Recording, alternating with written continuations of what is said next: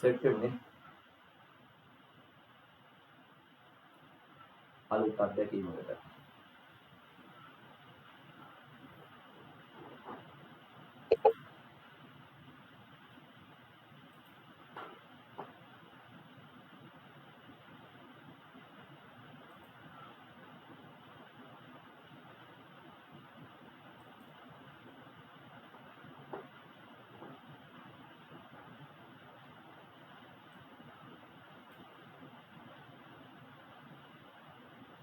කට්ටිය සෙට් වෙනකෝ බලන්න.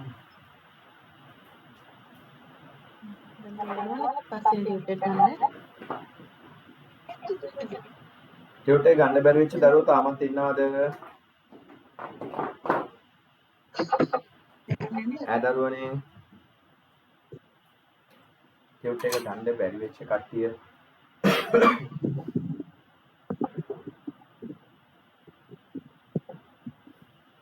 ඉන්නවද? ඔයාලගේ වීඩියෝස් ඔන් කරගන්න තරම් මේ data වල හොඳ මට්ටමක් තියෙනවා නම් වීඩියෝස් ඔන් කරගන්න පුතේ. සමහර අයට data වල එච්චර හොඳ මට්ටමක් නොතිබෙන්න පුළුවන්. එහෙම වුණොත් වීඩියෝස් ඔන් කරලා ගියාම මගේ ඒවා පැහැදිලි නැතුව යන්න පුළුවන්. ඔයාලට වීඩියෝ ඔන් කරගන්න පුළුවන් පහසුකම්. ඒ කියන්නේ data වල ගැටලුවක් නැත්නම් ඒ වැඩේ කරන්න ඔන් කරන්න.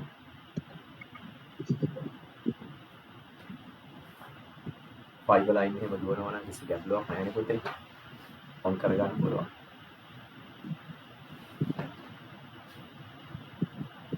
හරි නේද?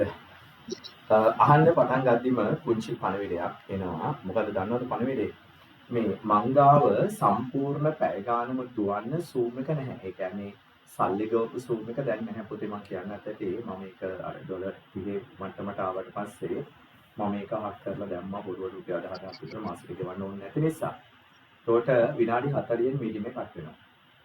අපිට 40 සෙෂන් වලට යන්න වෙන්නේ. 40 මීටින් එක කට් වුණාට පස්සේ විනාඩි 5ක් ඉන්න ඕනේ ඊළඟ මීටින් එකට. දැන් 6 ඉඳලා 6:40 වෙනකන් අපි මීටින් එක ගියාට පස්සේ දැන් 6:00මාරනේ. 6:00මාර එතකොට 7:10 ආයේ පටන් ගන්නේ 7:00 කාලේ. එතකොට 7:00 කාලේ ඉඳලා අපි යනවා 7:35 8:00 5ක් විතර වගේ වෙනකන්. ඊට පස්සේ ආයේ 8:00. මැදින් පුංචි විනාඩි 5ක බ්‍රේක් එකක් ඔයාලට හම්බ වෙනවා. ඒ බ්‍රේක් එකේදී කොහෙවත් ඇවිදින්න යන්න එපා. ටක් ගාලා මම ලින්ක් එකේ වල තියෙදි හරියටම ටයිම් එකට ඒකට සෙට් වෙන්න. ඒ වගේ සෙෂන් වලට අපි ඉස්සරහට යමු. මිනිත්තු 40 සෙෂන් එකට. හරි. රිමයින්ඩ් ටෙස්ට් එක. ගෙදර හිටියත් බෑ බලන්න ඉතින්. ගම් ගන්න.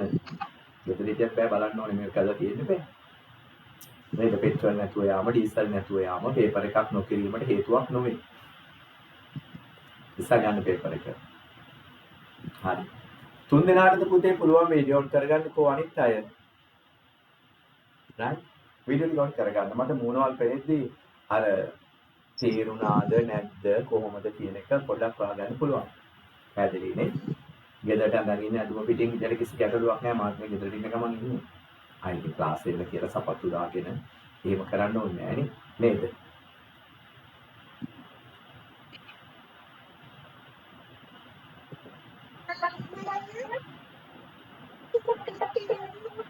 right? අනිත් අයට බැරිද ඔන් කරගන්න? ඔන් කරන්න පුළුවන් පොතේ වීඩියෝස් ටික ඔන් කරගන්න. ඒක ගොඩක් හොඳයි. මට මූණ පේන්න තිබ්බහම හරි. ලියන පොත නෙමෙයි. ඒ අර මගේ අර සුපුරුදු දෙය. ඇස් වලින් මූණෙන් පාඩම තේරුණාද කියලා හොයාගෙන ඉන්න. ඒක මට ගොඩක් වැදගත්. පටන් ගමුද? කල්ලාරි නැතුව විනාඩි 5ක් ගියා. වැඩිට බයින්න. ප්‍රශ්නාංක 1 පුතේ. ටටට ගාලා බයින්න. ඔන්ලයින් මායි ඔබයි හම්බ වෙන පළවෙනි අවස්ථාව මේක. මම ප්‍රාර්ථනා කරනවා මේක අවසාන අවස්ථාව වේවා කියලා. මොකද ඔන්ලයින් එකට වඩා ෆිසිකල් එක තුල අපිට ගොඩාක් ලස්සනට වැඩ කරන්න පුළුවන්. අපි බලමු ලබන සතියේදී සාමාන්‍ය පන්ති කාමරය තුල වැඩ කරන්න පුළුවන් වාතාවරණයක් ලැබේවායි කියලා ප්‍රාර්ථනා කරමින් වැඩේ පටන් ගනිමු. ප්‍රශ්නාංක 1 පුතේ. පසුදින ක්‍රීඩා තරගයකට සහභාගී වීමට નિયમિત ශිෂ්‍යයෙකු දැන් හිතන්න හෙට මීටර් 100 රේස් එකක් දුවන්න තියෙනවා. හෙට දැන් ඔයාලට මීටර් 100 රේස් එකක් දුවන්න තියෙනවා. අද නෑ ඔයාලගේ ආහාර වශයෙන් ඔයාලා ගන්න ඕනේ මොනවද?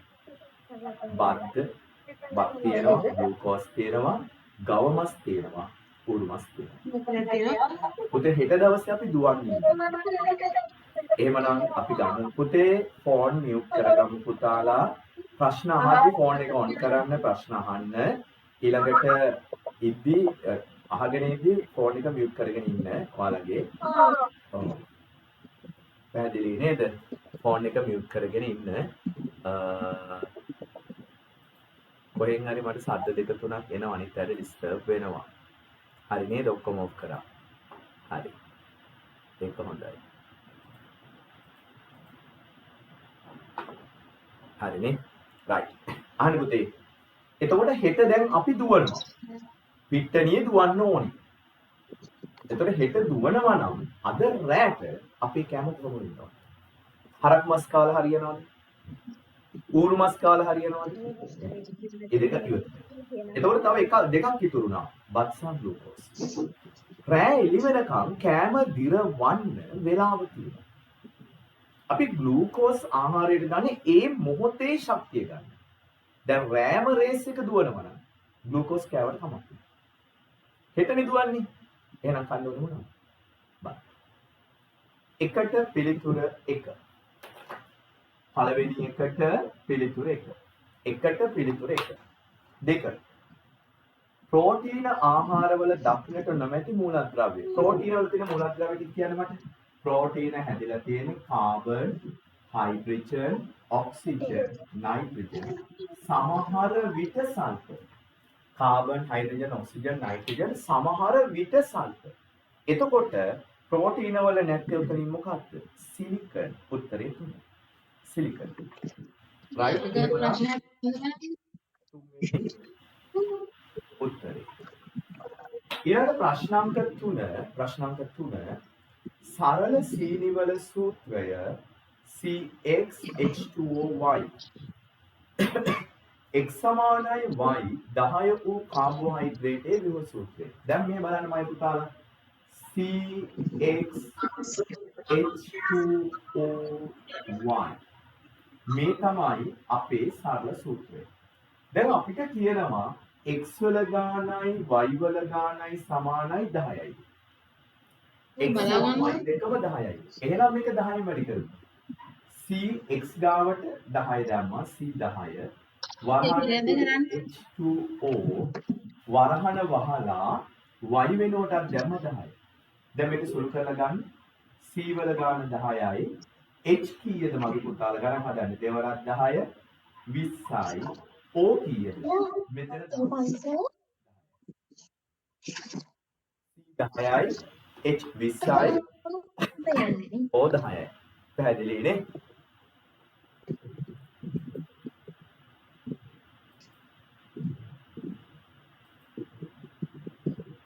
කද්දාලා දාගන්න පුතේ.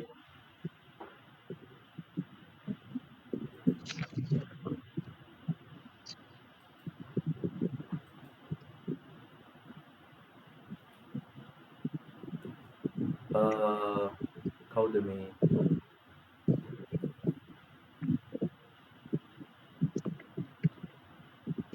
මම ඉන්නව ළමයි ඉන්නවද? මේ මෙතුෂලා ඔයාගේ මයික් එක ඔන් වෙලා තියෙන්නේ. මෙතුෂලා මයික් එක ඔන් වෙලා තියෙනවා. ඔයාගේ සද්ද ඇහෙනවා පුතේ. අනිත් ඔක්කොම ගෙදර කතා කරන ඔක්කොම ටික අනිත් අය දැන් මේ වෙනකන් අහගෙන හිටියේ. හරිනේ? හරි.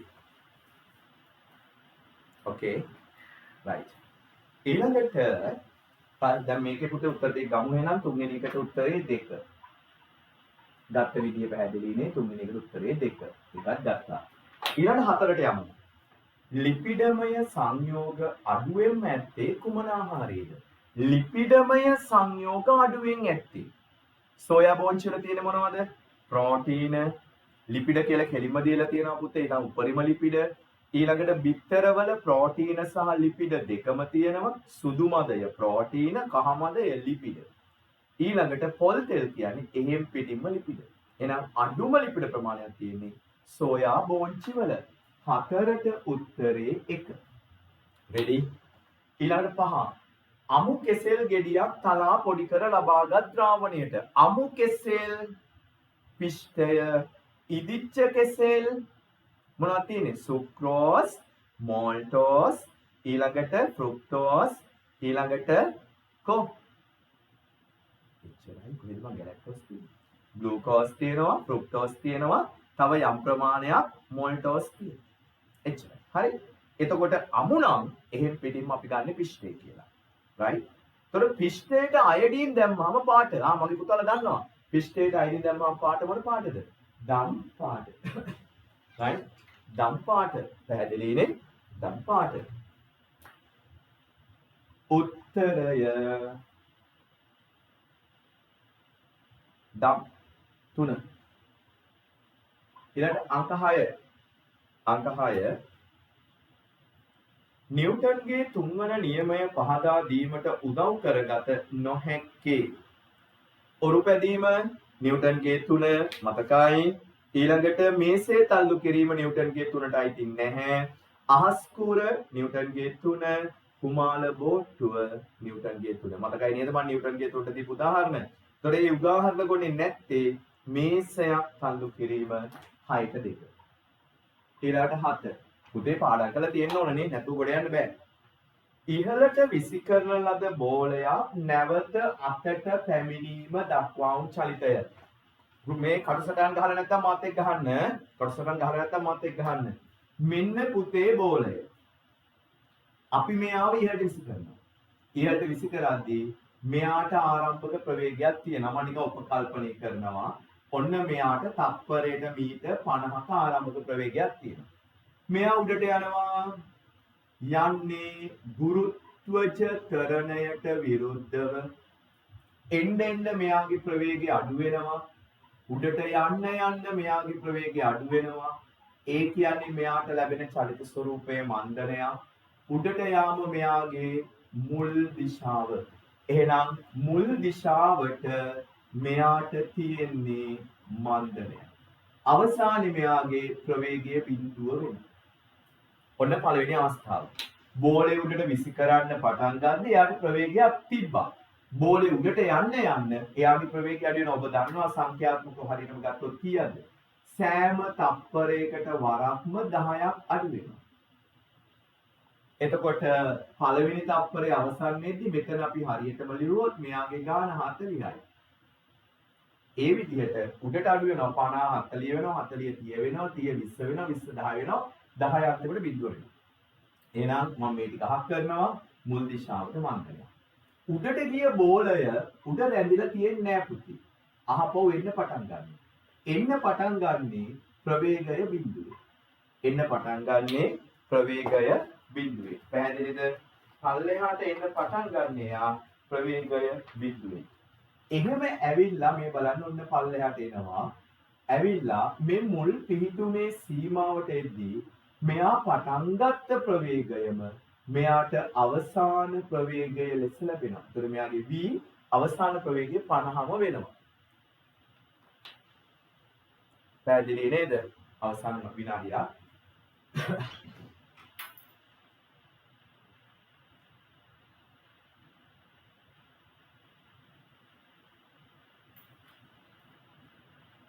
මේ නෙට් එක පවුල්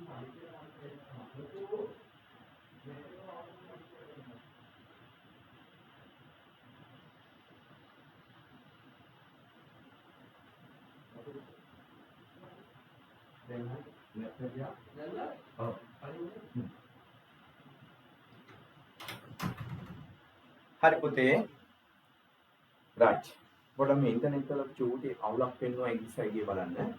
දැන් මට කියන්න උඩට යද්දි මෙයාගේ වේගය අඩු වුණානේ පුතේ.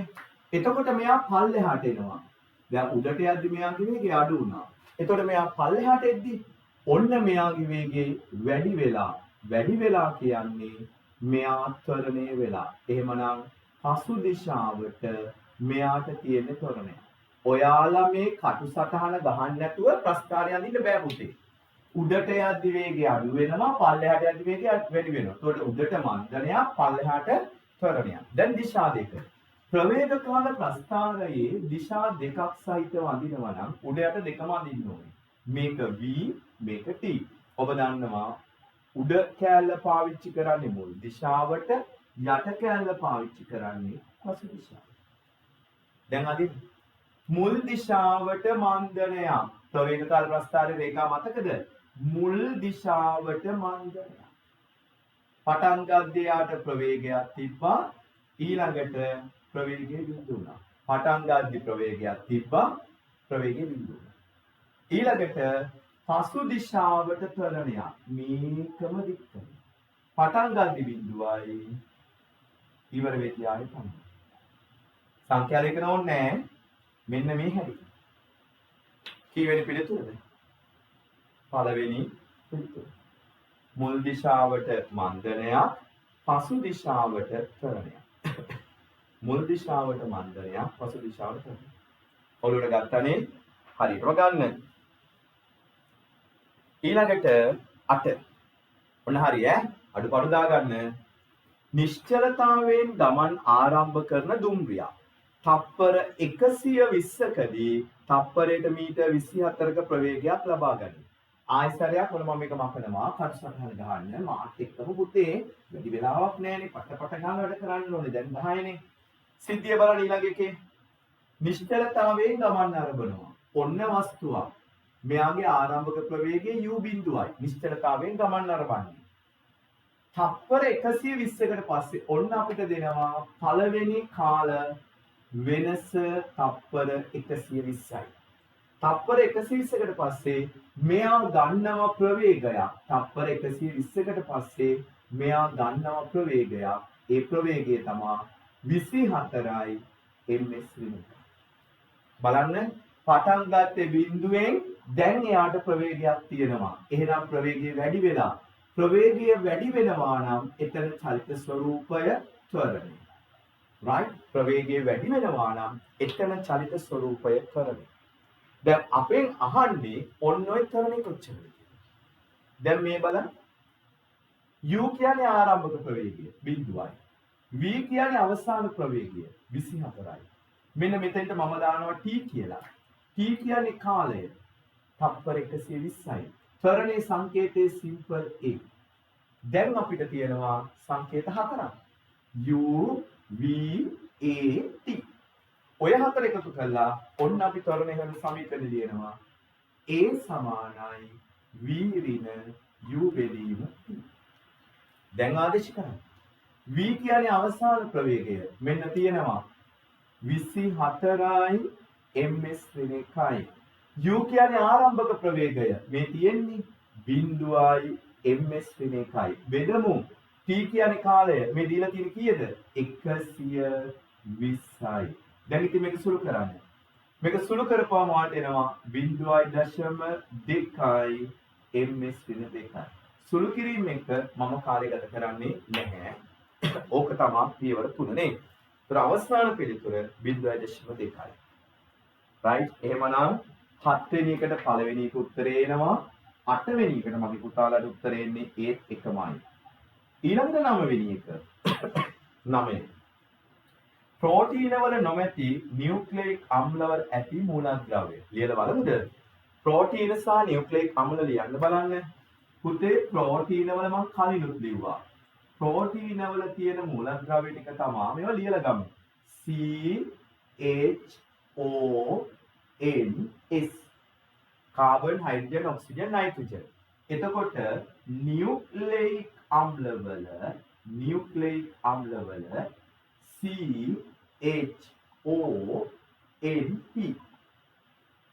බලන්නකෝ. ප්‍රෝටීන CHONS. නියුක්ලියික් අම්ල CHONP. එතකොට ප්‍රෝටීන වල නැති මෙයාගේ නැති නියුක්ලියික් අම්ල වල තියෙන කෙනා තමයි මෙන්න මේ P. ඒ කියන්නේ ફોස්ෆරස්. කීවෙනි පිළිතුරද? 3 වෙනි පිළිතුර. 9ට 3. ඊළඟට 10. ඩයිසැකරයිඩ වර්ගයක් මොනොසැකරයිඩ බවට පරිවර්තනය කිරීමට යොදා ගන්නා කෘත්‍රිම රසායනික ද්‍රව්‍ය සල්ෆියුරික් අම්ලය පුතේ. උත්තරේ 3. ඒව මතකින් ගන්න ඒවා. ඕකේ එක කොටසකට ලකුණු දෙක ගානේ හම්බ වෙනවා. දෙවරක් 10 20යි. දෙවරක් 10 20යි. දක්වා ලකුණු දාගන්න. ඒ දාගෙන එන්න ඊළඟ රචනා කොටසට. right ටිකක් ලොකුවට කරගෙන යන්න වෙයි. සටහනට අපි සෙට් වෙමුකෝ.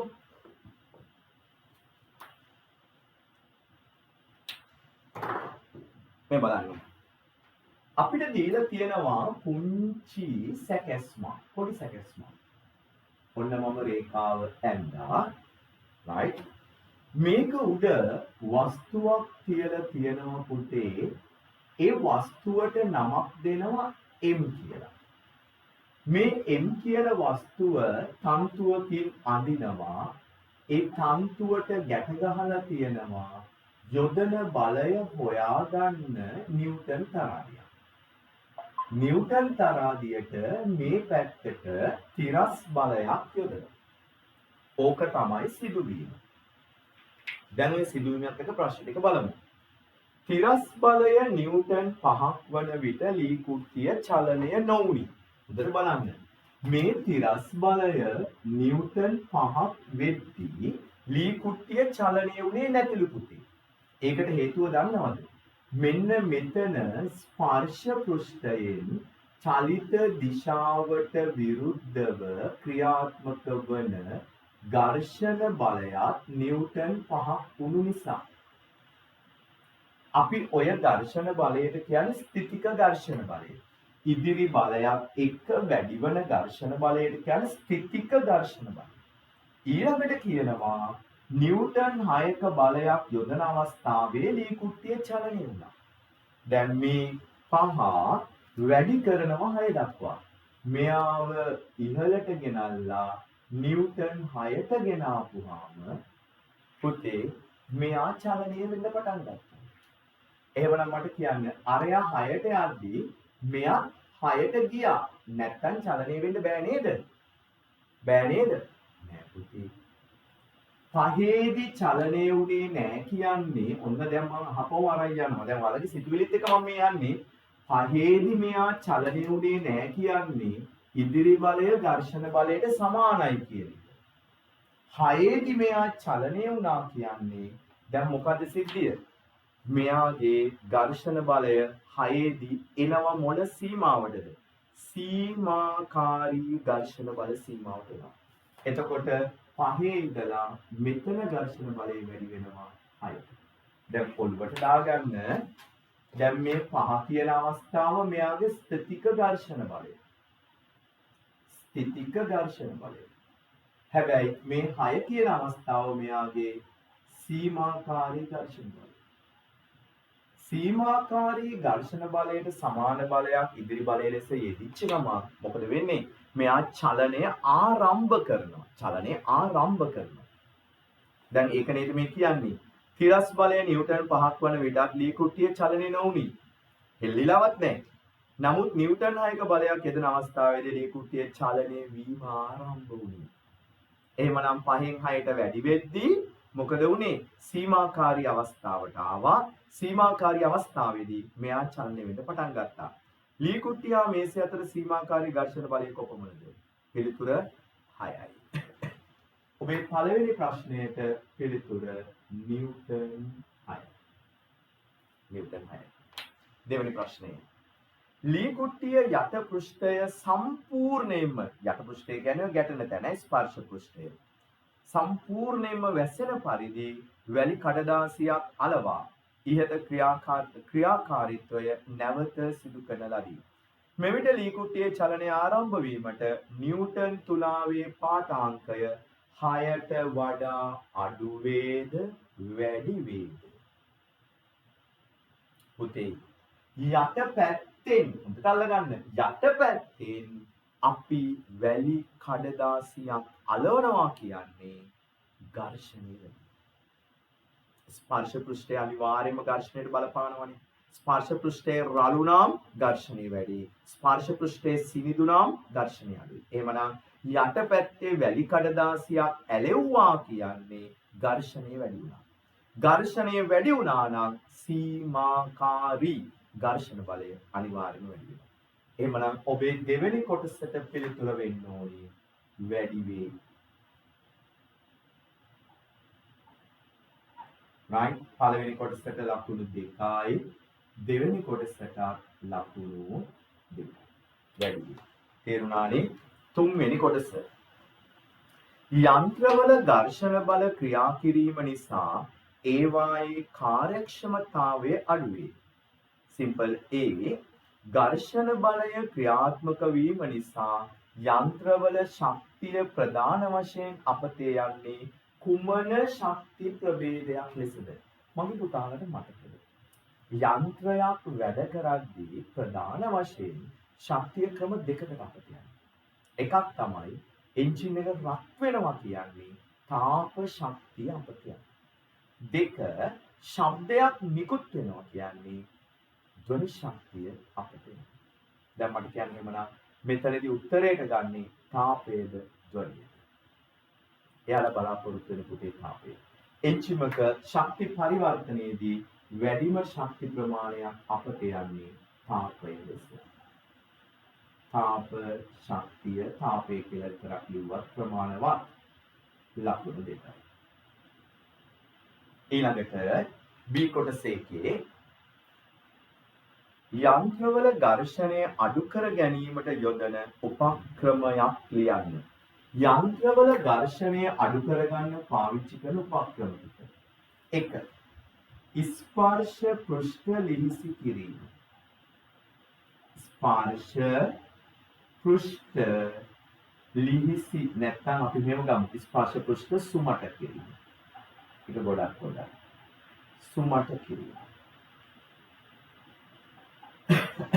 2 මේක.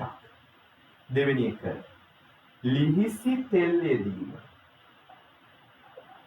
ලිහිසි තෙල් යෙදීම. එන්ජින් ඔයිල් දානවා කියලා කරන්නේ. 3 ග්‍රීස් යෙදීම. මම ඔයාලට මේක පැහැදිලි කරලා දුන්නා. එන්ජිමක් ඇතුළට ග්‍රීස් යොදන්න බෑ. ඒක කරකන කැලේට පුළුවන්. right ඊළඟට බෙයාරින් යෙදීම. බෙයාරින් යෙදීම. right ඔය අතරින් යමු. මින්නත් කුඩුවට යන්නේ නැතුව. එතකොට යන්ත්‍රවල ඝර්ෂණ අඩු කර ගැනීම සඳහා යොදන උපක්‍රමයක් ලියන්න ඉල්ලන්නේ 1යි. මේ ටිකෙන් ඕනෑම එකක් සඳහා ලකුණු 2ක් ගන්න. 1 වැඩි කිරීම 2 ලකුණු 2යි. හරි නේද? ඔන්න පළවෙනි ප්‍රශ්නේ ඉවරයි. ඊළඟට දෙවෙනි ප්‍රශ්න අපි චුට්ටක් ඇස්සක් තියෙනවා. ප්‍රශ්න අංක 2. ලිස්සන ගසේ නැගීම. ඔන්න හෙට අනිත් වෙනවනේ. අද දැන් මාර්තු 18නේ. තව මාසයක් විතර යද්දි සුපිරියටම මේ වැඩේ තියෙනවා. ලිස්සන ගසේ නැගීම අවුරුදු ක්‍රීඩා අතර වැඩි කාලයක් ගතවන ක්‍රීඩාවක්. ඔයාලා දන්නවා 9:00 10 වෙද්දි ලිස්සන ගහේ වැඩ පටන් ගන්නවා. ඒකට අවස්ථාව දෙනවා ටිකක්. උත්සවස්ත්‍රයෙන් ඔක පටන් ගන්න. හැබැයි සමහරලාට අපේ අවුරුදු උත්සවයේ අවසන් වෙන්න හවස 5:00 වෙද්දි කොඩිය අරගෙන නැහැ. මේ අහනවා 1 ඉහත ක්‍රීඩාව සඳහා වැඩි කාලයක් ගත වන්නේ ඇයිදයි පහදන්න. මොකද්ද පුතේ ඒකට හේතුව? ලිස්සන ගහ තියෙන්නේ මෙහෙමනේ. මේකේ උඩ කොඩියක් දාලා තියෙනවා. ඕක තමයි අපිට ගන්න තියෙන්නේ. දැන් මේකේ නගින මිනිස්සයා හොඳට බලන්න ගුරුත්වජ ත්වරණයට නැත්නම් ගුරුත්වාකර්ෂණ බලයට විරුද්ධවයි යන්න ඕනේ. ගුරුත්වාකර්ෂණ බලයේ තියෙන පල්ලෙහාට. එතකොට නගින කෙනා නගින්න ඕනේ මේ ගුරුත්වාකර්ෂණ බලය මැඩගෙන. පළවෙනි කාරණය. නගින කෙනා නගින්න ඕනේ ගුරුත්වාකර්ෂණ බලය මැඩගෙන. දෙවෙනි කාරණය මෙයාගේ ස්පර්ශ පෘෂ්ඨයට ග්‍රීස් ගාලා තියෙනවා. එතකොට ස්පර්ශ පෘෂ්ඨයකට ග්‍රීස් ආලේප කරපුවාම පෘෂ්ඨයේ ඝර්ෂණය අඩු වෙනවා. මේ පෘෂ්ඨයේ ඝර්ෂණය අඩු වෙනවා කියන්නේ. මේ පෘෂ්ඨයේ ඝර්ෂණය අඩු වෙනවා කියන්නේ. ඝර්ෂණය අඩු වෙනවා. දැන් බලන්න අඩු ඝර්ෂණයක් සහිත පෘෂ්ඨයක අඩු ඝර්ෂණයක් සහිත පෘෂ්ඨයක ගුරුත්වාකර්ෂණ බලයට විරුද්ධව අපිට වැඩ කරන්න වෙලා තියෙනවා. ලේසිද පහසුද? ලේසි පහසු දෙකෙන් එකක්වත් නැහැ. මේක අමාරුයි. ඒකයි වැඩි කාලයක් යන්නේ. ඔබේ පිළිතුරට මෙන්න මේ තොරතුරු ටික තියෙනවද බලන්න. ඝර්ෂණය අඩු පෘෂ්ඨයක ගුරුත්වාකර්ෂණ බලයට විරුද්ධව ගමන් කිරීම අපහසු නිසා. ඝර්ෂණය අඩු පෘෂ්ඨයක ගුරුත්වාකර්ෂණ බලයට විරුද්ධව ගමන් කිරීම අපහසු නිසා. හරි නේද? ඝර්ෂණය අඩු පෘෂ්ඨයක ගුරුත්වාකර්ෂණ බලයට විරුද්ධව ගමන් කිරීම අපහසු නිසා. එතෙන්ට ලකුණු 3ක් තියෙනවා. මේ සිදුවීම විස්තර කරනවට ඔබට ලකුණු 3ක් හම්බ වෙනවා. ලකුණු 3ක් හම්බ වෙනවා. ඊළඟ කොටස මගේ පුතේ ලිස්සන ගසේ ආලේප කරන ද්‍රව්‍ය කුමක්ද? ග්‍රීස්. ලකුණු 2යි. ග්‍රීස් ලකුණු 2යි. 3. ක්‍රීඩකයා ගසේ පහළට ලිස්සීමේදී ක්‍රියාත්මක වන ප්‍රතිවිරුද්ධ බල හා ඒවායේ දිශා සඳහන් කරන්න. අපිට ලස්සනට ක්‍රීඩකයා අදින්න බෑ. අපි පොඩි try එකක් දාමු. මේ තමා මේක දිගේ බඩ දාන ක්‍රීඩකයා. දැන් මෙයා ලොකු ආයාසයක් අරගෙන කකුල් දෙකෙන් ලොකු බලයක් අරගෙන නේද මේක අල්ලගන්න මේකේ රැඳෙන්න එන ලොකු මහන්සියක් දරන. ඔන්න නගින මිනිස්සු. හරිද? දැන් මේ බලන්න. මෙයා මේක දිගේ නගිද්දී මෙයාගේ බර ඔන්න සිද්ධිය. මෙයාගේ බර පහළට ක්‍රියාත්මක වෙනවා. මෙයාගේ බර පහළට ක්‍රියාත්මක වෙනවා. මේ බර. ඔය බරට විරුද්ධව මෙයා කකුල් දෙකෙන් සහ එයාගේ අත් දෙකෙන් ඉහළට බලයක් යොදනවා. කකුල් දෙකෙන් සහ අත් දෙකෙන් ඉහළට බලයක් යොදනවා. බරට කියන්නේ අපි ක්‍රියාව කියලානේ. බර කියන්නේ ක්‍රියාව. ඒ තමයි මිනිස්සයා කරන දේ. එතකොට මෙතන උඩ තියෙන්නේ බර නිසා ඇතිවන ප්‍රතික්‍රියාව. බරට අපි දාන සංකේතය W. ප්‍රතික්‍රියාවට අපි දාන්නේ R. දැන් මේ අහන්නේ ඔන්න ඔය කතන්දරේ. ක්‍රීඩකයා ගසේ පහළට ලිස්සීමේදී ක්‍රියාත්මක වන ප්‍රතිවිරුද්ධ බල හා ඒවායේ දිශා සඳහන් කරන්න. පල්ලයට ලිස්සන්නේ එයාගේ ක්‍රියාව වැඩි වීම නිසා ඒක වළක්වන්න එයාගේ අත් වලින් යොදන්නේ ප්‍රතික්‍රියාව. එහෙමනම් පහළට ක්‍රියාව පිළිතුර ලියද්දී පැහැදිලිව ලියන්න පුතේ. පහළට ක්‍රියාව. දිශා මාරු වෙන්න බෑ. පහළට මේකේ ක්‍රියාව සිදුවීම.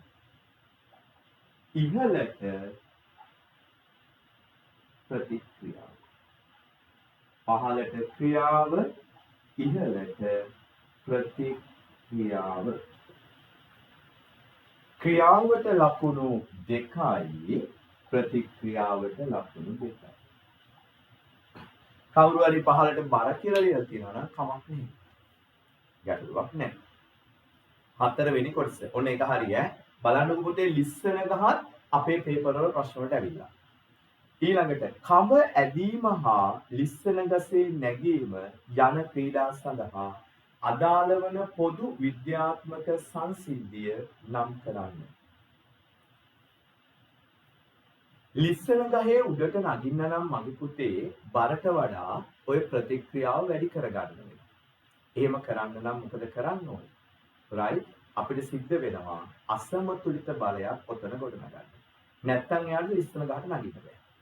ඒ වගේම කබ ඇදීමේ තරගයකදී දෙපැත්තේ බලයන් සමාන වෙලා හෙල්ලෙන්නේ නැතුව තිබ්බොත් අපිට දිනන්න බෑ. අපි අපේ බලය වැඩි කළා අසමතුලිත බලයක් අපේ පැත්තට හදාගත්තොත් විතරයි අපිට කබ ඇදීමේදී දිනන්න පුළුවන්.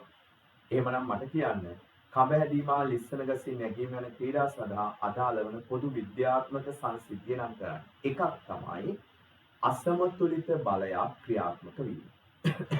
අසමතුලිත බලයක් ක්‍රියාත්මක වීම. කවුරු හරි ඉගෙන තියෙනවා නම් නිව්ටන්ගේ දෙවන නියමයේ ක්‍රියාත්මක වීම කියලා ඒක කමක් නෑ. ඊළඟ තව කාරණයක් තියෙනවා. දැන් අනිත් අය වැරද්දා ගන්න බෑ. තාම උත්තර කියලා ඉවර නැහැ. ලිස්සන ගහේ නගිද්දී ඝර්ෂණ බලයක් නැත්නම් ලිස්සන ගහේ නගින්න බෑ. අනිවාර්යයෙන්ම හැමදෙස්සම ලෙස්ස පල්ලයට. ඒ වගේම කබ ඇදීමේ තරගයකදී අත සහ කබ අතර ඝර්ෂණ බලයක් නැත්නම් කබ අදින්න බෑ. කබේ ලිස්සන. එතකොට පොදු සංසිද්ධියක් හැටියට විද්‍යාත්මක සංසිද්ධියක් හැටියට ඔබට ගන්න පුළුවන් ඝර්ෂණේ ක්‍රියාත්මක වීම. ඒකත් ගන්න පුළුවන් ඝර්ෂණේ ක්‍රියාත්මක වීම. එහෙනම් දරුවනේ දැන් මම උත්තර දෙකක් කිව්වා. එකක් අසමතුලිත බලයක් ක්‍රියාත්මක වීම, අනිත් එක ඝර්ෂණයේ ක්‍රියාත්මක වීම.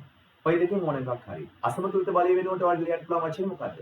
නිව්ටන්ගේ දෙවන නියමය ක්‍රියාත්මක වීම. ඒක කමක් නෙමෙයි. ලකුණු දෙකයි ඈ. ලකුණු දෙකයි. ඔන්න ඒ කොටස් ටික පැහැදිලි නේ. තව සුළු මොහොතකින් මම හිතන්නේ අපි පළවෙනි සෙෂන් එකේ අවසන් කටයුතු කරනවා. ඊට පස්සේ විනාඩි 5කින් හරියටම 7යි කාලෙට අපි දෙවෙනි සෙෂන් එක පටන් ගන්නවා. උගන්වගෙන යද්දී නවතිවි අපි එතන ඉඳලා ඊළඟ කොටස පටන් ගන්නවා. බලන්න ඊළඟට දීලා තියෙන දේ අපි කතා කරපු ප්‍රැක්ටිකල් එකක්. මොකද්ද ඔය ප්‍රැක්ටිකල් එක? එක ලී කුට්ටියක් අදිනවා. එක ලී කුට්ටියක් නිව්ටන් තරාදියකින් අදිනවා. ඊළඟට ලී කුට්ටි දෙකක් එක උඩ තියලා නිව්ටන් තරාදියකින් අදිනවා. මේ ප්‍රැක්ටිකල් එක කරේ මොකටද කියලා මතකද? අපි මේ ප්‍රැක්ටිකල් එක කරේ මොකටද පුතේ? මෙන්න මෙතනට. ලී කුට්ටි එකයි කියන්නේ අභිලම්බ තෙරපුම් බලය අඩු අවස්ථාව. අභිලම්බ තෙරපුම් බලය අඩු අවස්ථාව. ඒ තමයි ලී කුට්ටි එක. එතකොට ලී කුට්ටි දෙකයි කියන්නේ පුතේ අභිලම්බ තෙරපුම් බලය වැඩි අවස්ථාව. අභිලම්බ තෙරපුම් බලය වැඩි අවස්ථාව. තේරුණාද? අභිලම්බ තෙරපුම් බලය වැඩි. ඕකට ගත්තේ ඔතනදී සීමාකාරී ඝර්ෂණ බලය කොහොමද වැඩ කළේ? අභිලම්බ තෙරපුම් බලය අඩු නම් මෙතන ඉදිරි බලය අඩු. අභිලම්බ තෙරපුම් බලය අඩුයි කියන්නේ පුතේ ඉදිරි බලයක් අඩුයි. ඉදිරි බලය අඩුයි කියන්නේ චලනය කරන්න තියෙන ඉදිරි බලය අඩුයි කියන්නේ සීමාකාරී ඝර්ෂණ බලය අඩුයි. සීමාකාරී ඝර්ෂණ බලය අඩුයි. ඔයාලා මේ දේවල් ලියලා නැහැ කියලා මම දන්නවා. ඒ නිසා මම කියනවා මේව ලියන්න කියලා. හේතුව ඇයි දන්නවද? ලියන්න තමයි අපිට අඩුපාඩු ටික හදාගන්න පුළුවන් සාතකු වෙන්නේ. එතකොට මෙතන අභිලම්බ තෙරපුම් බලය වැඩි කියන්නේ පුතේ මෙයා චලනය කරන්න යොදන්න වෙන ඉදිරි බලය වැඩි. අභිලම්බ තෙරපුම් බලය වැඩි කියන්නේ මෙයාව චලනය කරන්න යොදන්න වෙන ඉදිරි බලය වැඩි. ඉදිරි බලය වැඩි වෙද්දී මෙන්න මෙතනින් නිර්මාණය වන සීමාකාරී ඝර්ෂණ බලයත් මොකද වෙන්නේ? වැඩි. සීමාකාරී ඝර්ෂණ බලයත් වැඩි වෙනවා. සීමාකාරී ඝර්ෂණ බලය වැඩි. ඔය සිදුවීම ඔළුවේ අපිට තැම්පත් වෙලා තියෙනවා නම් උත්තර හොයන්න හරිම ලේසි. AB කියලා දාලා තියෙනවා අපේ හඳුනා ගැනීමේ පහසුවට. මේක A මේක B කියලා. උත්තර ලියන්න පහසු වෙනවා. පළවෙනි කොටස. මෙමගින් ආදර්ශනය කිරීමට බලාපොරොත්තු වන්නේ ඝර්ෂණය කරේ බලපාන කුමන සාධකයේද? අභිලම්බ තෙරපුම් බල. මේකේ උත්තර තුනක් තියෙනවා.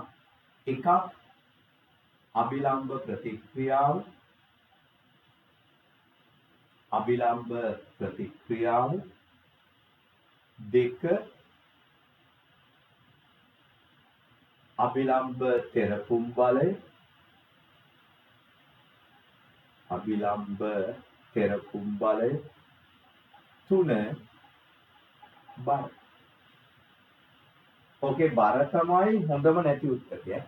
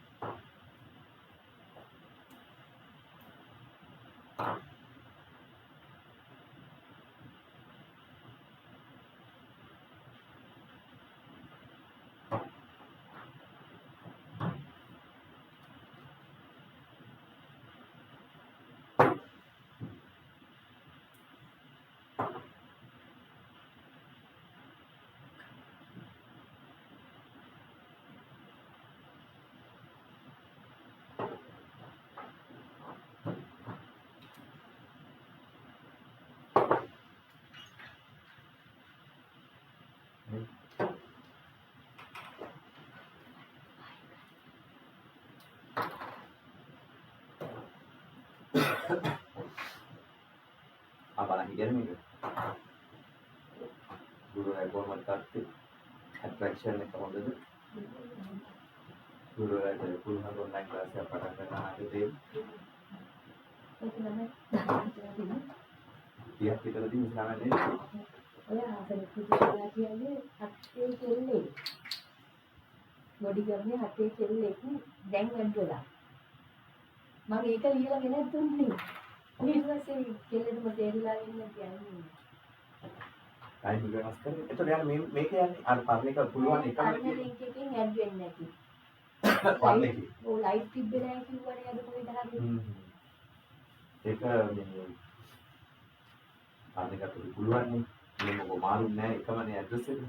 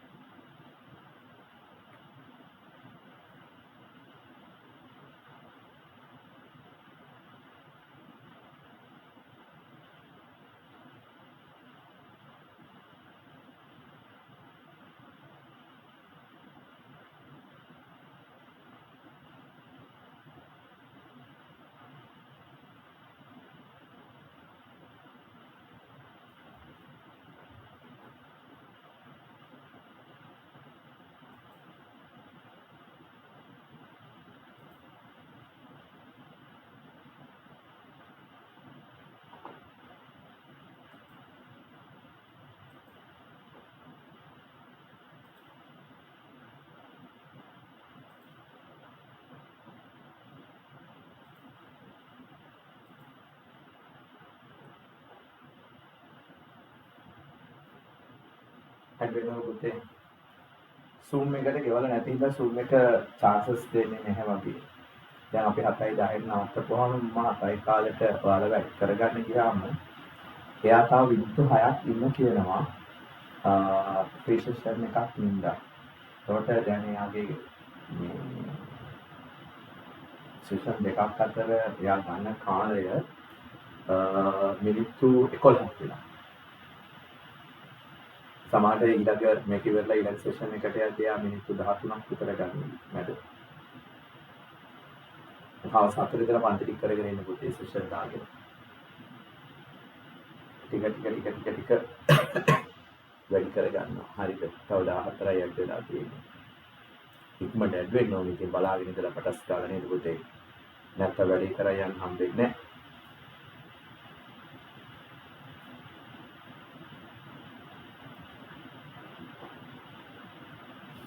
right. දැන් මම අන්තිමට කියා හිටියේ පුතේ මෙන්න මෙතන. අණු කොටස් 1 පළවෙනි එක මෙමගින් ආදර්ශනය කිරීමට බලාපොරොත්තු වන්නේ ඝර්ෂණ බලය කෙරෙහි බලපාන කුමන සාධකයද? එතනින් මම කිව්වා වචනේ තමයි අභිලම්බ ප්‍රතික්‍රියාව. ඒකට සමානතාව වචන දෙකක් යනවා. අභිලම්බ තෙරපුම් බලය. එතන බල කියලා දෙලා තියෙනවා. අභිලම්බ තෙරපුම් බලය හෝ බල. ඔන්න ඔය වචන දෙක. ඊළඟ දෙවෙනි කොටස පුතේ මේකේ දෙවෙනි කොටස කතා කරමු. ඉනත ඒකාවී අවස්ථා දෙකෙහිදී දුනු තරාදී පාඨාංකය පිළිබඳව කුමක් කිව හැකිද? මට කියන්න මේ දෙකෙන් දුනු තරාදී පාඨාංකය වැඩි Aද Bද? B. A වල පාඨාංකයට වඩා B වල පාඨාංකය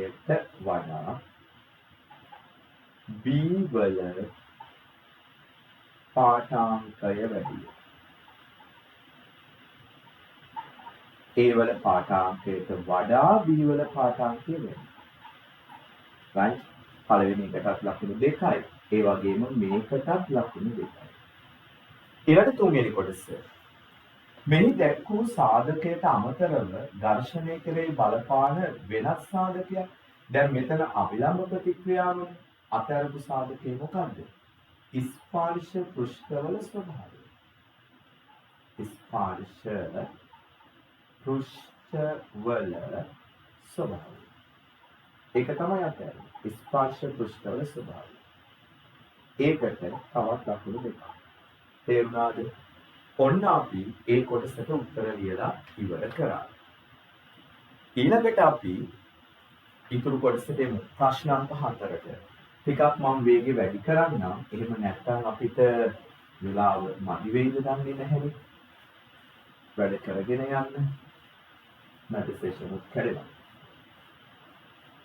right. බලන්න ප්‍රශ්න අංක 4. වස්තුවක චලිතය දැක්වීමට අදින ලද ප්‍රවේග කාල ප්‍රස්ථාරයක් පහත දැක්වේ. පුතේ මේ දීලා තියෙන්නේ ප්‍රවේග කාල ප්‍රස්ථාරයක්. මේක විස්ථාපන කාල නෙමෙයි. මේක ප්‍රවේග කාල. මේ y අක්ෂය, මේ x අක්ෂය ප්‍රස්ථාරය තියෙන්නේ මෙන්න මේ හැඩයට. මෙන්න මෙහිමයි ප්‍රස්ථාරය තියෙන්නේ පුතේ. සංඛ්‍යා ලේඛන බලන්න. මෙතන 50යි. හරි මෙතන බිඳුවයි. ඊළඟට 5 10 15 කාලේ ගානට ගිහිලා තියෙනවා. මේක v ප්‍රවේගය ms ඍණ 1 මේක ts ඔන්න හරි. කාලේ තප්පරවල. පුතේ මේකේ ප්‍රශ්න වල උත්තර ලියන්න ඉස්සෙල්ලා මේ ප්‍රස්ථාරය අපි දිග අරගමු. බිඳුවේ සිට 5 දක්වා මේ ප්‍රස්ථාරයේ හැඩය ත්වරණයක්. හැමදාම මම ඔයාලට කියනවා ප්‍රස්ථාරයක් දුන්නාම මෙහෙම ලියන්න කියලා. බිඳුවේ සිට 10 දක්වා මේ හැඩය ඒකාකාරී ප්‍රවේගයක්. ඊළඟට මේ හැඩය මන්දනයක්. මේ තමා ප්‍රවේග කාල ප්‍රස්ථාරයක මේ හැඩ නිරූපණය කරන කතන්දරය. මේ සියලු චලිතයන් සිද්ධ වෙලා තියෙන්නේ මුල් දිශාවට. ඒකට හේතුව තමයි අපි මේ ආලක්ෂයට ඉහළින් අදින්නේ මුල් දිශාවේ චලිත විතරයි. තාමත් ඔයාලා උත්තර ලියද්දී මේ විදිහට ලියා ගන්න නැත්නම් ඒක මදිපාඩුවක් පුතේ. පැහැදිලි නේ? පළවෙනි කොටස. මෙම වස්තුවේ චලිත ස්වභාවය පියවර 3කින් ලියන්න. පුතේ ගමු පළවෙනි පියවර. තප්පර බිඳුවේ සිට 5 දක්වා. ඒ කියන්නේ මුල් තප්පර 5 මෙයා ගමන් කරලා තියෙන්නේ ත්වරණේ. ත්වරණේ අවසානයේදී මෙයාගේ ප්‍රවේගය 50යි. පටන් ගත්තේ බිඳුවේ. එහෙනම් පළවෙනි වාක්‍යය ලියනවා.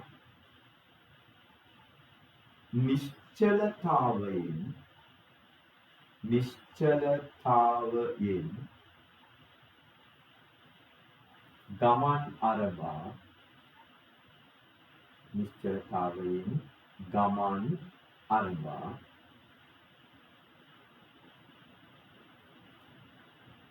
තප්පර 5 මෙහෙම දාන්න තප්පර 5 ත්වරණයෙන් ගමන් කර තප්පර 5 ත්වරණයෙන් ගමන් කර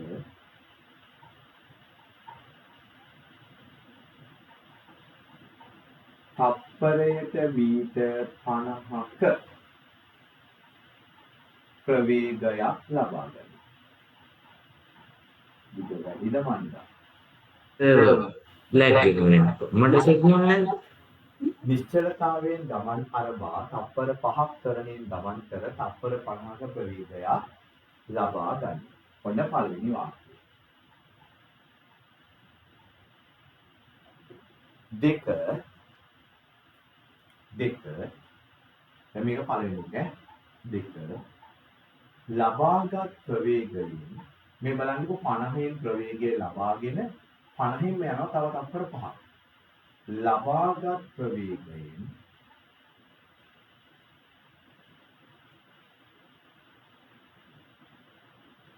තවත් තප්පර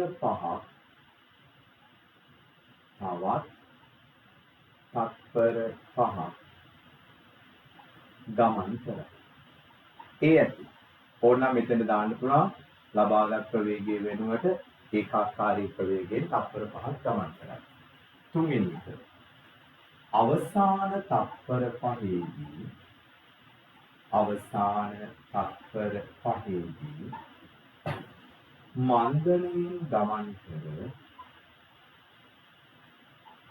මන්දනයෙන් ගමන් කර නිශ්චලතාවයට පත්වේ.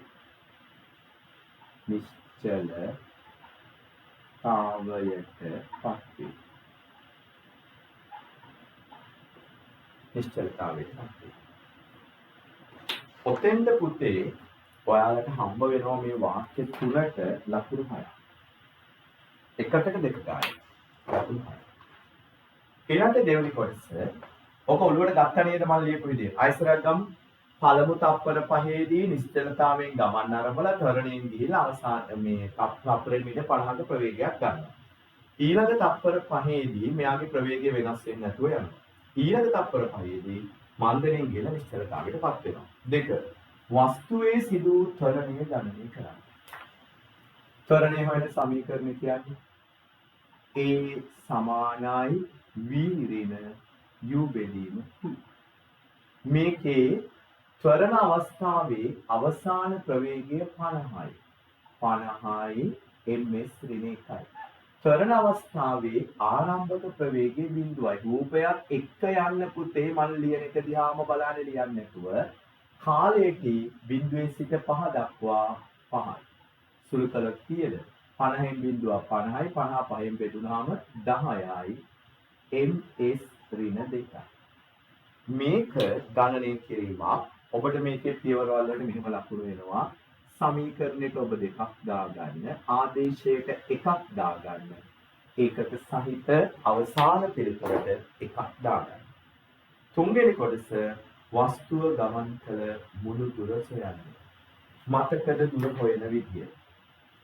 දුර හොයන්නේ ප්‍රස්ථාරයේ වර්ගඵලය. එහෙනම් දුර සමානයි තප්පර බිඳුවේ සිට තප්පර තත්පර 15 දක්වා කොටසේ වර්ගඵලය. කොටසේ වර්ගඵලය. මම මතකද කියලා දුන්නා. අපි වර්ගඵලය හොයන කොටස ලියනවා. එහෙමනම් සමානයි මේක ට්‍රැපීසියමක් පුතේ. ට්‍රැපීසියමේ වර්ගඵලය හොයමු. භාගයක් වරහන් ඇතුලේ සමාන්තර පාද දෙක. එක පාදයක් පටන් ගන්න බිඳුවෙන් ඉවර වෙන්නේ 15න්. අනිත් එක පටන් ගන්න 5න් ඉවර වෙන්නේ 10න්. බිඳුවේ ඉඳලා 15 දක්වා 15ක් තියෙනවා. 10 ඉඳලා 5 ඉඳලා 10 දක්වා 5ක් තියෙනවා.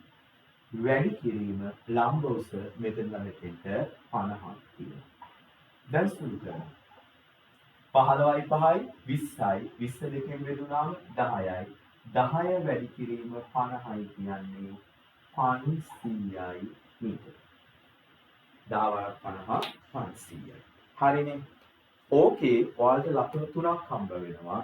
මෙන්න මේ වර්ගඵලය හොයන කොටස ලියන්න පුරුදු වෙන ලකුණයි. ඊළඟට ආදේශයට 1යි ඒකක සහිත අවසාන පිළිතුරට 1යි. තේරුණාද?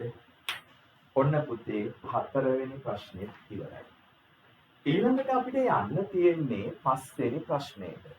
හොඳට බලන්න පහ. රූපයේ දැක්වෙන පරිදි සුමට ලෝහ පෘෂ්ඨයක්.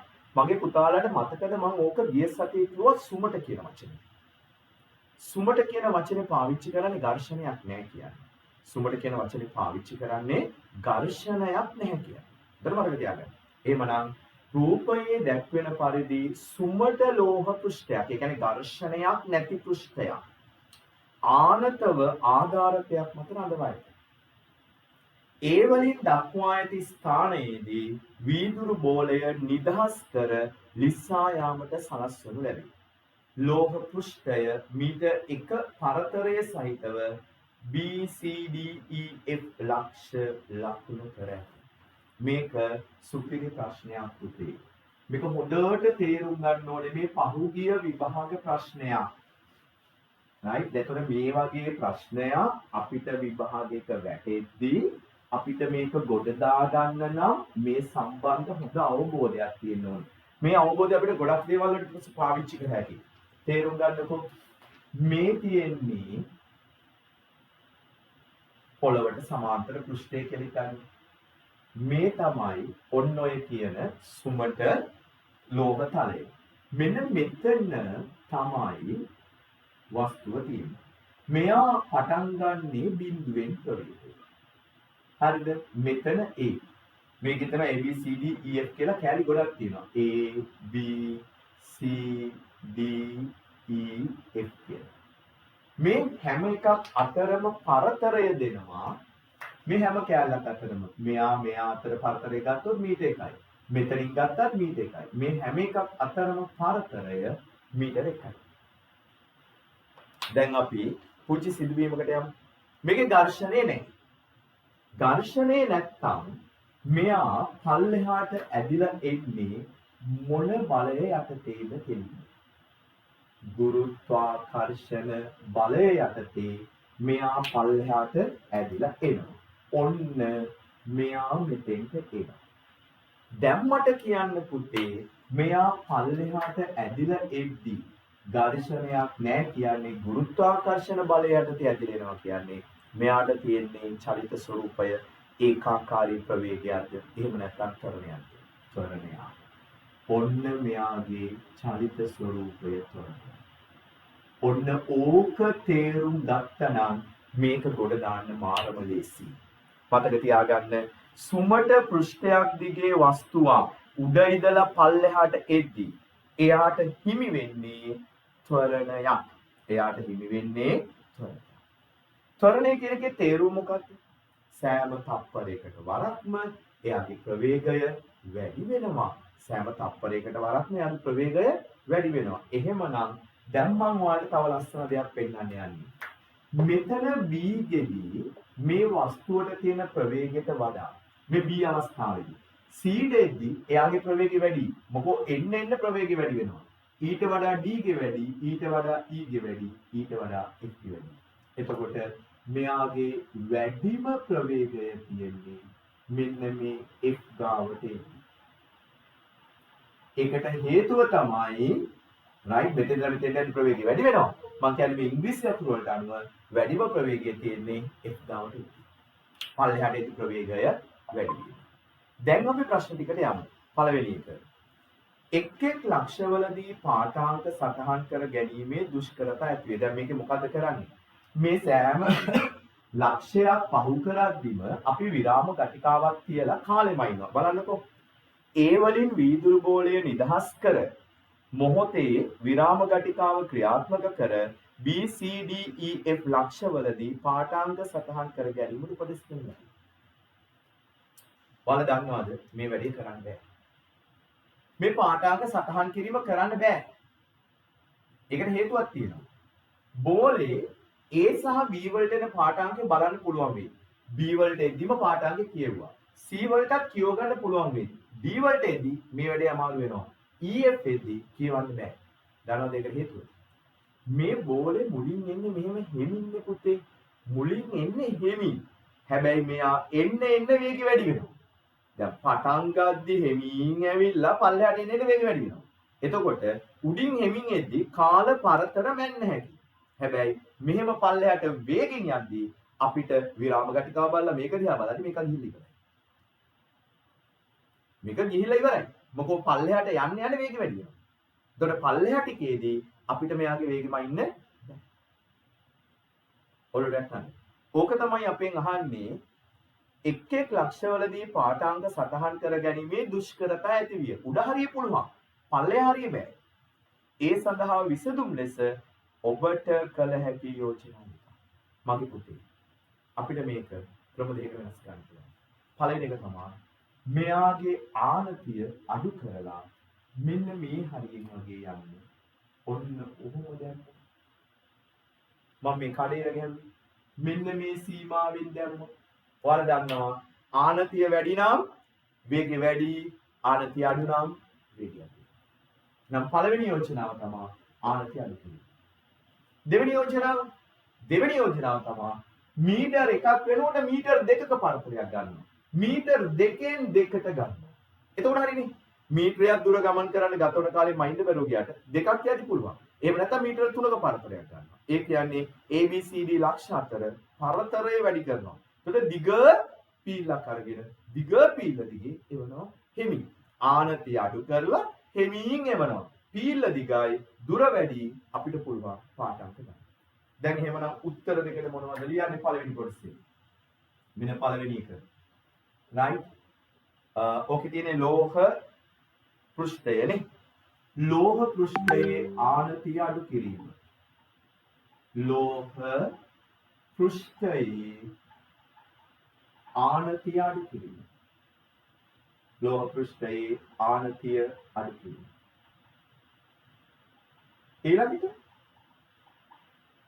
ඊළඟ කතන්දරේ තමයි A, B, C, D, E, F ලක්ෂ අතර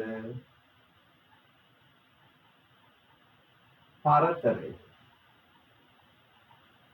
වැඩි කිරීම.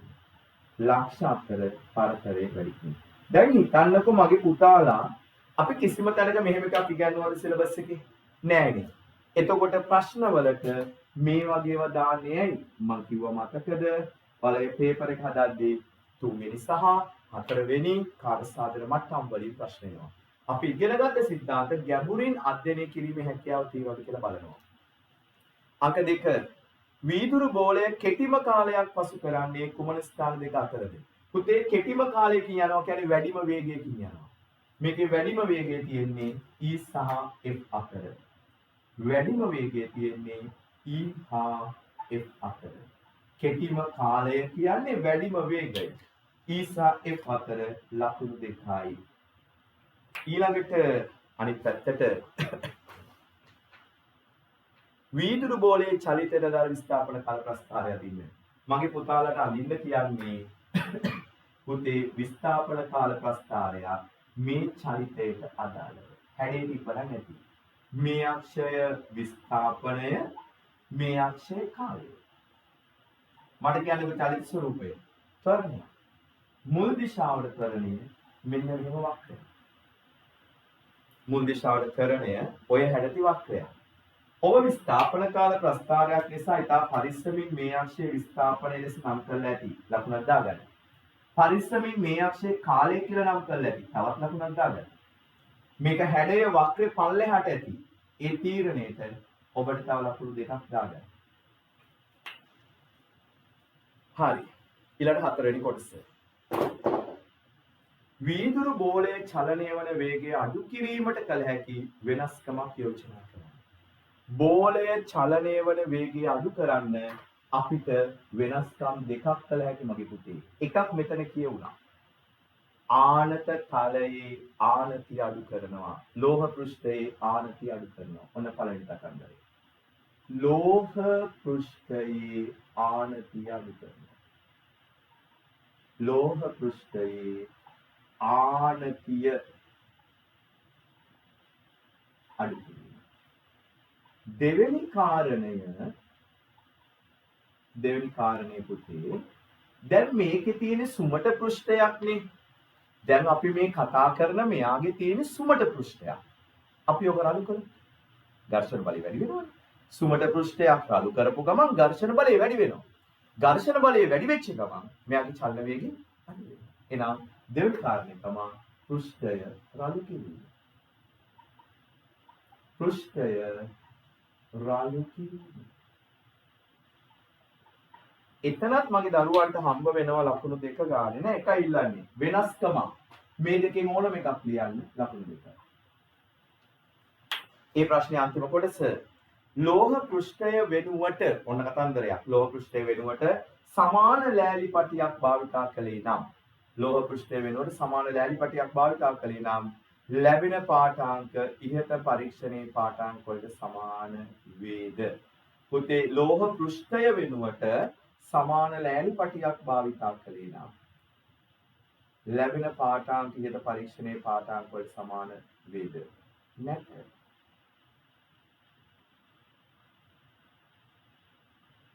ආනේ පුතේ සමාන ලෑලි පටියක් කියලා තියෙන්නේ ලෝහ පෘෂ්ඨය වෙනුවට සමාන ලෑලි පටියක්. නිකන් ලෑලි පටියක් නෙමෙයි සමාන ලෑලි පටියක්. එහෙනම් සමාන වේද? ඔව්. ඔව්. සමාන වේ. හේතුව පැහැදිලි කරන්න.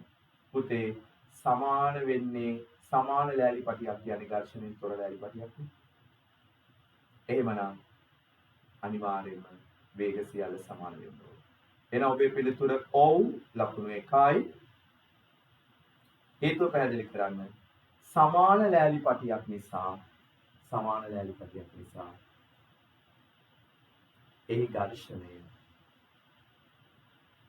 එහි ඝර්ෂණය ශූන්‍ය වෙයි. නැත්නම් සුමට බව සමාන වෙයි. සමාන ලෑලි පටියක් නිසා එහි ඝර්ෂණය සුමට වෙයි. එතෙන්ට ලකුණු 2යි. right? එතෙන්ට ලකුණු 2යි. දැන් හරි නේද කතන්දරය? ඊළඟට ප්‍රශ්න අංක 6 වෙන වෙලාවක් යනවනේ. ප්‍රශ්න අංක 6. චලිත ප්‍රස්ථාරයක් අඳින්න සිදුවීමක් දීලා. සිදුවීමක් කියවලා ප්‍රස්ථාරයක් අඳින්න වෙනවා ඔයාලට තනියෙන්. දැන් අපි සිදුවීමට යමු. නිශ්චලතාවයෙන් ගමන් ආරඹු වස්තුවක් සරල රේඛීය ගමන් මඟක ඒකාකාර ත්වරණයකින් තප්පර 6ක් ගමන් කර. දන්නවද? මේකේ ප්‍රස්ථාරය අඳින්න ඉස්සෙල්ලා ඔයාලට පුළුවන් වෙන්න ඕනේ මේකේ රේඛා සටහන අඳින්න. මම මේ ඉර ගැහුවේ කාලයට. මෙන්න වස්තුව මේකේ කියන විදිහට මෙයාගේ ආරම්භක ප්‍රවේගය බිඳුවයි මගේ පුතේ. නිශ්චලතාවයෙන් ගමන් ආරඹු වස්තුවක් සරල රේඛීය මඟ දිගේ ඒකාකාර ත්වරණයෙන් යනවා. මේකේ චලිත ස්වરૂපය ත්වරණය. right? ඒකාකාර ත්වරණයෙන් තප්පර 6ක් ගමන් කරනවා. ඔන්න පුතේ කාල වෙනස දෙනවා තප්පර 6යි. ගමන් කරලා මෙන්න මෙතනදී මෙයා ලබා ගන්නවා 12යි ms ඍණ එකක ප්‍රවේගයක්. තප්පරයට මීටර් 12ක ප්‍රවේගයක් ලබා ගන්නවා. ඊළඟට මොකද කියන්නේ? අනතුරුව වස්තුව එම ප්‍රවේගයෙන් තවත් තප්පර 6ක් යනවා. ඊළඟ කාල වෙනසක් තප්පර 6යි. එයා මේ ප්‍රවේගයෙන්මයි යන්නේ. ඒ කියන්නේ මෙතෙන්ට එද්දිත් එයාගේ ප්‍රවේගය 12මයි. මෙතන ප්‍රවේගය වෙනස් වන්නේ නැත. ඒකාකාරී ප්‍රවේගය. ඊළඟ කාල සීමාව තප්පර 3යි. තප්පර 3 අවසන් වෙද්දී මෙයාගේ ප්‍රවේගය 0යි. ඒ කියන්නේ මෙතන චලිත ස්වરૂපය මන්දනයක්. චලිත ස්වરૂපය මන්දනයක්. තේරුණානේ? දැන් ඔය ටික එකතු කරලා ලස්සන ප්‍රස්ථාරයක් අපි අඳිමු. මෙතන කාලය 0යි පුතේ 0.6යි මෙතෙන්ට එද්දි කාලය 6යි 6යි මෙතෙන්ට එද්දි කාලය 12යි 12යි 3යි මෙතෙන්ට එද්දි කාලය 5යි. ඔන්න කතන්දරෙත් හරි. දැන් අපි ප්‍රස්ථාරය අඳින්න යන්නේ. ඔයාලට මේ වගේ සිදුවීමක් දුන්නාම නිකම් ප්‍රස්ථාරය අඳින්නේ නැහැ. පුතේ කාලය මම ගන්නවා 15ක් ගන්න ඕන නිසා 3න් 3ට.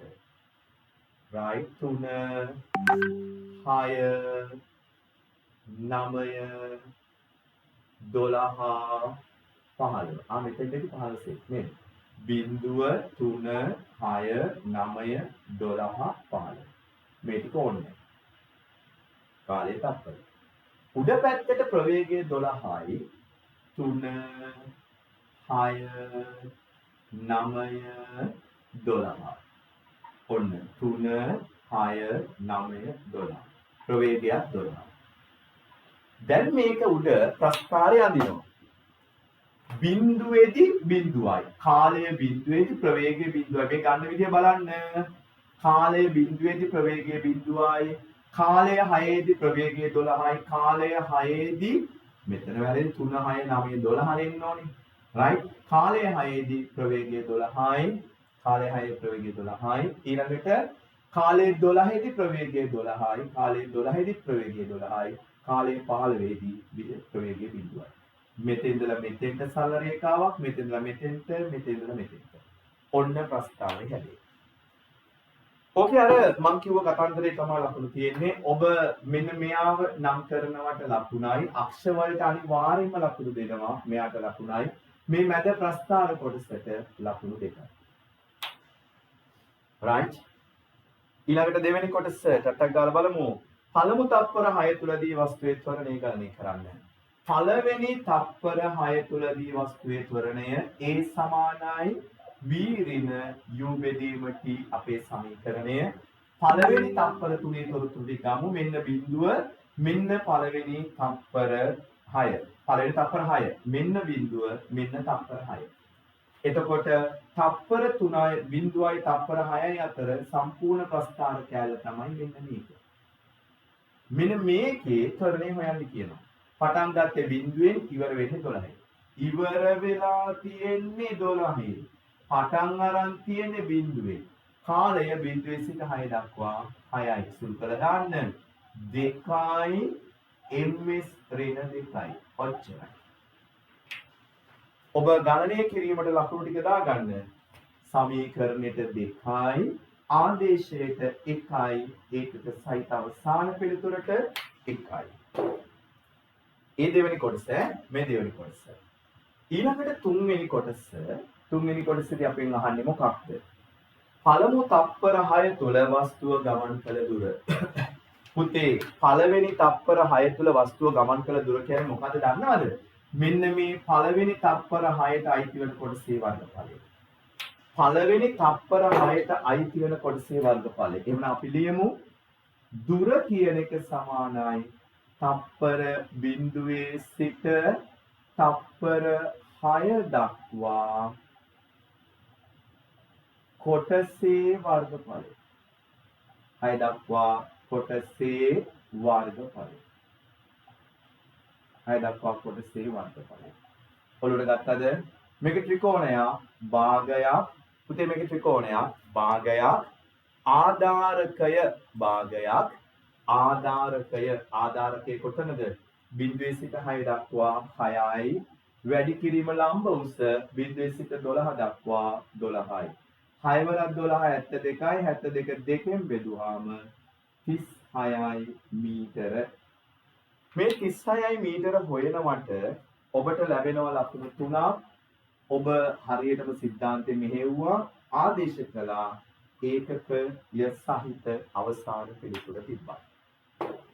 ඊළඟට 4 වෙනි කොටස ඒකාකාර ප්‍රවේගයෙන් ගමන් කළ දුර. ඒකාකාර ප්‍රවේගය අඳුනගන්න මේ තමයි ඒකාකාර ප්‍රවේගය. මේටි ඒකාකාර ප්‍රවේගය. තප්පර 6 සිට 12 දක්වා.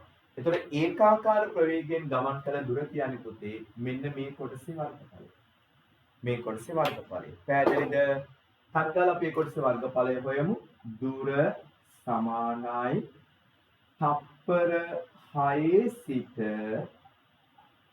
තප්පර 12 දක්වා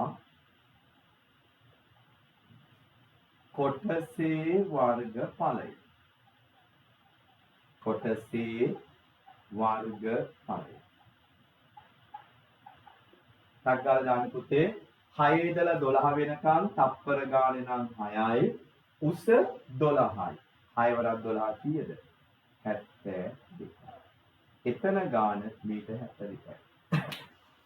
සිද්ධාන්තයට ඔබ ආපු එකයි, ආදේශයට එකයි, ඒකක සහිත අවසාන පිළිතුරට එකයි. අන්තිම කොටස වස්තුව නිශ්චලතාවයට පත්වීමට ගෙවා ගිය මුළු දුර හොයන්න. මුළු දුර හොයන්න කිව්වම අපි සම්පූර්ණ පුතේ ප්‍රස්ථාරයේ වර්ගඵලය හොයනවා. ඒතර පස්වෙනි කොටසට අපි සම්පූර්ණ ප්‍රස්ථාරයේ වර්ගඵලය හොයනවා. එතකොට දුර සමානයි සම්පූර්ණ ප්‍රස්ථාරයේම වර්ගඵලය. සම්පූර්ණ කොටසේ. සම්පූර්ණ කොටසේ වර්ගඵලය. දැන් මේක ට්‍රැපීසියමක්. එතකොට භාගයක් මේකේ සමාන්තර පාද දෙක එකක් බිඳුවේ සිට 15 දක්වා 15යි ධන අනිත් එක 6 ඉඳලා 12 දක්වා 6 ඉඳලා 12 දක්වා කීයද පුතේ 6යි හරිනේ බිඳුවේ සිට 15 දක්වා 15යි 3 6 9 12 15 එතකොට ඒ ටික හරි 12යි 12යි 6යි 12යි 13යි ඊට පස්සේ ලම්බ උස 12යි දැන් මේක වැඩි කරමු දෙවරක් 1යි දෙවරක් 6යි 15යි 6යි 21යි 21 වැඩි කිරීම 6යි 6 වරක් 1 6යි 6 වරක් 2 12යි මීටර් 126යි මීටර් 126යි එතකොට දැන් මේ මීටර් 126ට අපිට ලකුණු වැටෙනවා ලකුණු 3ක් එකයි මෙතෙන්ට එකයි ආදේශයට එකයි අවසාන පිළිතුරට එකයි. ඔන්න පුතේ ලකුණු 100 ඉවරයි. රයිට් ගොඩ දාන්න. ලකුණු 100 ඉවරයි.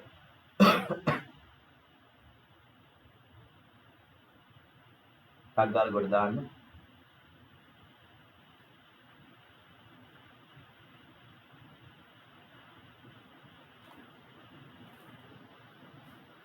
තග්ගාල පොඩි ගොඩ දාන්න. දාලා 100 කීයද කියලා හදාන්නකො පටාස් ගාලා. විනාඩි 2-3කින් මේ සෙෂන් එක ඉවර වෙනවා. එතකොට අපිට ඊළඟ සෙෂන් එකේ ඉඳලා තමයි ටියුට් එක කරන්න වෙන්නේ.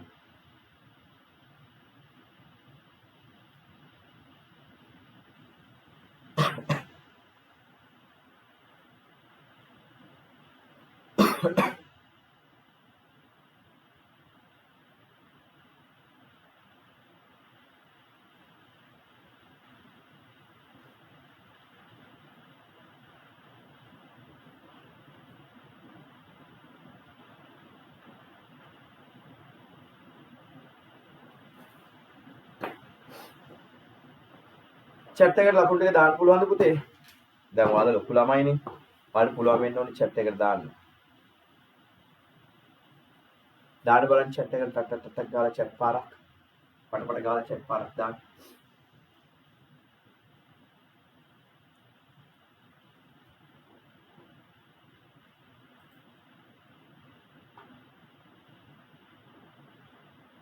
chat වල දාන්න උඩක් ගාලා.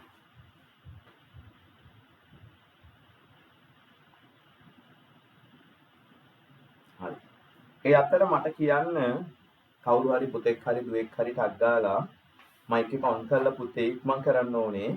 අපි 3 වෙනි පිටුවේ කොතන ඉඳලාද කරන්න තියෙන්නේ අපේ ටියුට් එකේ. 3 වෙනි පිටුවේ කොතන ඉඳලාද? බුද්ධි 86යි හොඳයි. මේ කවුද යෝනාත් නේද? 86යි හොඳයි. මේ අනිත් අය දාන්න නැත්තේ ලකුණු නැති හින්දාද? ලැජ්ජයි ඈ. අවංකවම ලැජ්ජයි ඈ. යා. මෙච්චරක් කියලා දීලා මෙච්චරක් ගණන් හදලා 80කින් එහා ගන්නෙ නැත්තම් නේද? වතුර හිදිච්ච විදකටවත් පැනලා ගිලිලා මැරියල්ල. ඇයි බන්න පොඩි ගන්න බැරි නෑ වැඩක් නෑනේ. right. 92 අමාරු විශාල. එල. එහෙම තමයි කොල්ල හැදෙන්න ඕනේ.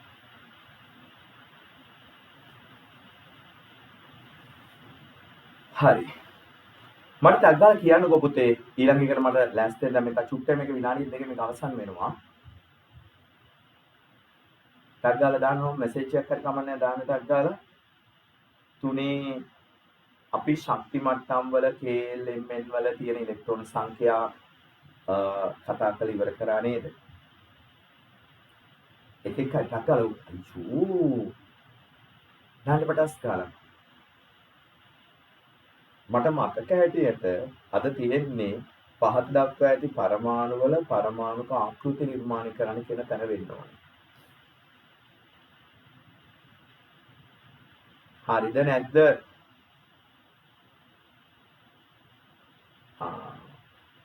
ඕකේ දාගෙන යනවා. හරි. එහෙනම් එතනින් පටන් ගමු.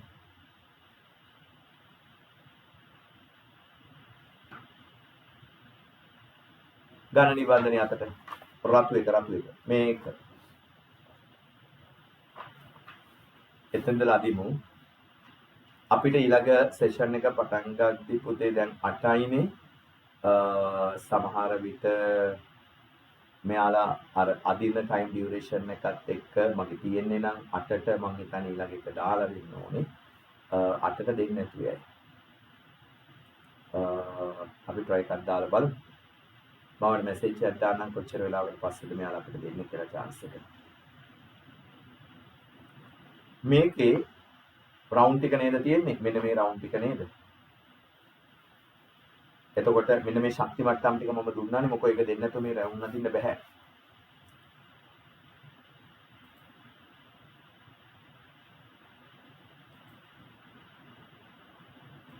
බලපොරු කීපයක් වැටලා තියෙනවා.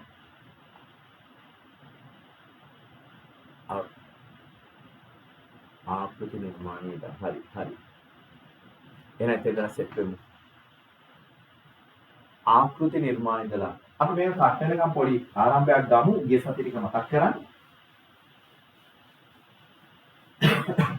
මේ ආකෘති නිර්මාණයේ සම්බන්ධයෙන් අපිට තොරතුරු ටික හරියටම සෙට් කරලා දෙන්නේ පුතේ අර්නස්ට් රදර්ෆර්ඩ් නෙමෙයි නීල් බෝර්. මතකද නීල් බෝගේ කතන්දරේ? පොඩ්ඩක් මතක් කරමු ශනිකෝ දඩිපිරි ගාලා මේ වැඩේට යන්න ඉස්සලා. නීල් බෝ කියනවා පරමාණුවේ මැද ඊටාම කුඩා කොටසකට පරමාණුවේ න්‍යෂ්ටිය නිර්මාණය වෙලා තියෙනවා. න්‍යෂ්ටිය තමයි පරමාණුවේ ස්කන්ධය රඳා පවතින තැන. මේ ස්කන්ධය නිර්මාණය කරන්න ප්‍රෝටෝන සහ නියුට්‍රෝන දෙකොල්ලම එකතු වෙනවා. මේ න්‍යෂ්ටිය වටා තියෙන ස්ථිර ගමන් මාර්ගවල ඉලෙක්ට්‍රෝන භ්‍රමණය වෙනවා. බලන්න මේ කතාව ඔබට මතකද කියලා. right? ඉලෙක්ට්‍රෝන භ්‍රමණය වෙනවා. ඉලෙක්ට්‍රෝන භ්‍රමණය වන මේ ස්ථිර ගමන් මාර්ගවලට කියනවා ශක්ති මට්ටම් කියලා. මේකට ශක්ති මට්ටම් කියන්න හේතුවක් තියෙනවා. ඒ හේතුව තමයි මේ ඉලෙක්ට්‍රෝන ගමන් කරන මාර්ග සත්ව ශක්තියක් තියෙනවා. එහෙමයි උගන්වන්නේ. මාර්ග සත්ව ශක්තියක් තියෙනවා. ඊට පස්සේ කියනවා මෙන්න මේ න්‍යෂ්ටියේ සිට ඉවතට මේ ශක්ති මට්ටම් සතුව තියෙන ශක්තිය අඩු වෙනවා. ශක්ති මට්ටම් සතුව තියෙන ශක්තිය වැඩි වෙනවා. මොකක්ද අඩු වෙන්නේ? ඉවර වෙලා. ශක්ති මට්ටම් සතුව තියෙන ශක්තිය අඩු වෙනවා.